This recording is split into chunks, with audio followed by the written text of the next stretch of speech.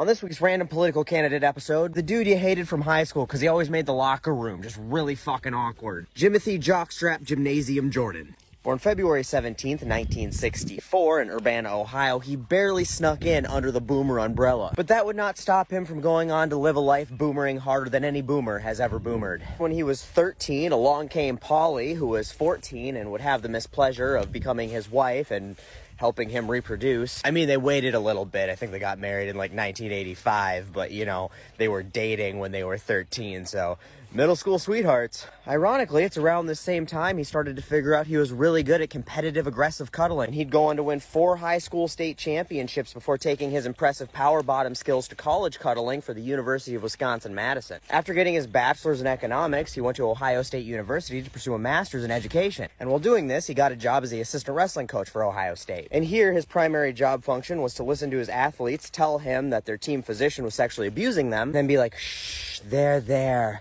Let's not tell anybody about this. And then instead of addressing the rampant sexual abuse that his team was experiencing, he decided his time as coach was better spent doing things like creating the King of the Sauna Award, a certificate given to whichever wrestler could spend the most time shit-talking in the sauna. Because, you know, that's totally something that a well-adjusted adult would think is a good idea to do when they're mentoring young people. That, yeah, totally normal behavior. Anyway, so years later, when people started talking about the fucked up shit that happened while he was their wrestling coach, he was like, nah, that guy's lying. And then another dude came forward, he's like, nah, he's lying too. And then the 6 more, they were all lying too. And you know, little Jimmy Johns is a really upstanding dude who's really mad about them lying. When Ohio State was getting sued over this whole sexual misconduct ordeal, Jockstrap Jimmy and some family members started threatening the witnesses, trying to get them to change their testimony and testify against each other, like what every innocent person does. And when that didn't work, he resorted to groveling and begging and crying, apparently. Gotta love a man who has some pride. And when that didn't work, he just outright refused to cooperate with the investigation at all and claimed that everybody was just out to get him. Again, like what all innocent people do. Anyway, after graduating from Ohio State with his master's in education, he went on to Capital University Law School to get his Juris Doctor, but never took the bar, making him the first person ever to graduate with 3 post-secondary degrees in 3 more or less unrelated fields of which he had absolutely zero, even basic rudimentary knowledge of. So when you're born with this level douchebag inside of you, your talents after school would be wasted going and getting a real job. So Globo Jim Jordan wasted very little time getting into politics and was elected to the Ohio General Assembly in 1994. So he spent a few years making Ohio a shittier place, being elected to their state senate in 2000. But in 2006, he decided that just making Ohio worse wasn't enough for him, and he wanted to try to ruin the country, too. So he got himself elected to Ohio's incredibly gerrymandered 4th District. And then they continued gerrymandering the shit out of it even more till it got so bad that 3 federal judges told them that it was unconstitutionally gerrymandered and they needed to redraw that shit. Like, do you understand how gerrymandered something needs to be before 3 federal judges are like, okay, you need to tone that shit down? Unfortunately, those partisan hacks that dress up and pretend to be Supreme Court judges were hearing a case called Rucho v. Common Cause, and in this case, they ruled that federal judges were not allowed to review allegations of gerrymandering. Because, you know, fuck democracy. So during his tenure thus far, he's founded the Freedom Caucus, which sole stated purpose is pushing GOP leadership as far to the right as possible. So, you know, the goal of the Freedom Caucus is fascism.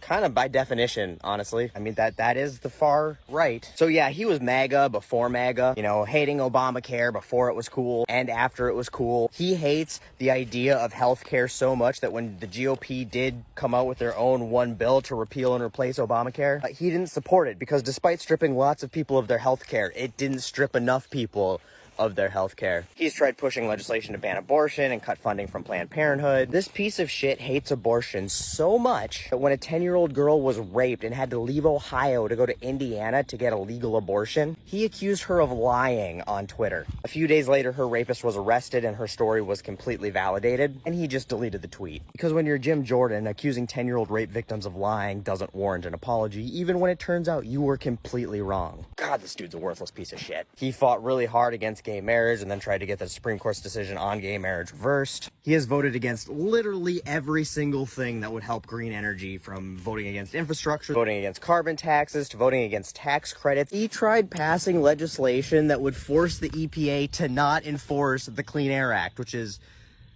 their own rules. Like, not get the Clean Air Act repealed or change that legislation. Nope, tried to make it so the people whose job it was to enforce the laws that Congress had passed would not be allowed to enforce the laws that are their job to enforce. So anyway, once Trump did come along, he was the first person to buy his plane ticket to Guyana, if you know what I mean. Going as far as saying in an interview with Anderson Cooper that he has never heard Donald Trump tell a lie, and would go further to say that he doesn't believe Donald Trump has ever said anything that's wrong that he would need to apologize for. Turns out that American dad-sized chin is the perfect resting place for cheese balls. And as such, he went for all the extra credit being Trump's ball boy. He was on the front line trying to discredit Mueller, trying to get the Attorney General to disband Mueller, trying to get an investigation started to investigate Mueller's investigation. And when that didn't work, he tried to pressure the DOJ into getting rid of the Attorney General because the Attorney General wouldn't do what he wanted him to do. And then threatened to try to force a vote to impeach the Attorney General if the DOJ didn't do what they asked him to do. He got a bunch of his little Freedom Caucus hoodlums together to try to disrupt the impeachment hearings. Then he got caught texting the White House Chief of Staff telling him that Mike Pence should not count and call out the electoral votes that he didn't like. He voted to prevent state electoral certifications. He was one of 139 reps who voted to overturn the election.